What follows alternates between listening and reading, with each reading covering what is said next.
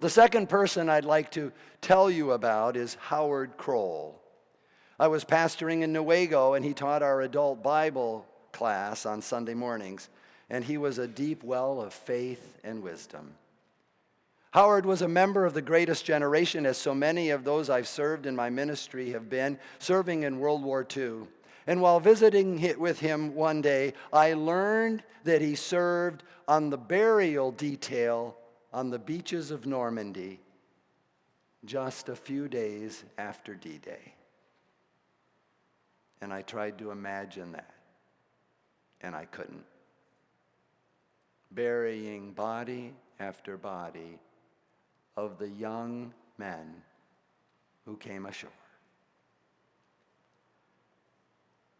Howard was one who was concerned about teaching, but in a very gentle and humble way. He taught me to be an anti-racist long before the term was popular. I'll always remember how in a class when he was talking about how we're sometimes offended by the way people speak about others or issues, and it affects us to the core, but too many times we're quiet. We don't say anything. We think later we should have said something, but we didn't. And what can you say? And what he did is he suggested to the class that when that happens, you could simply say, "That makes me feel uncomfortable." I didn't know, but in just a week or so, I would be able to put that learning to the test. I was in a barber shop with our young son, about 7 or 8 years old, and someone sitting right next to us shared a horrible racist joke.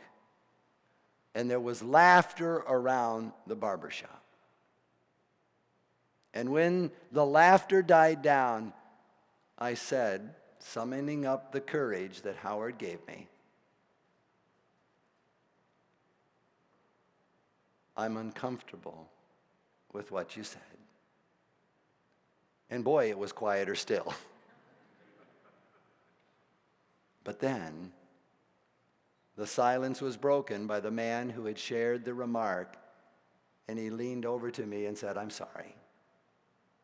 And there ensued a conversation.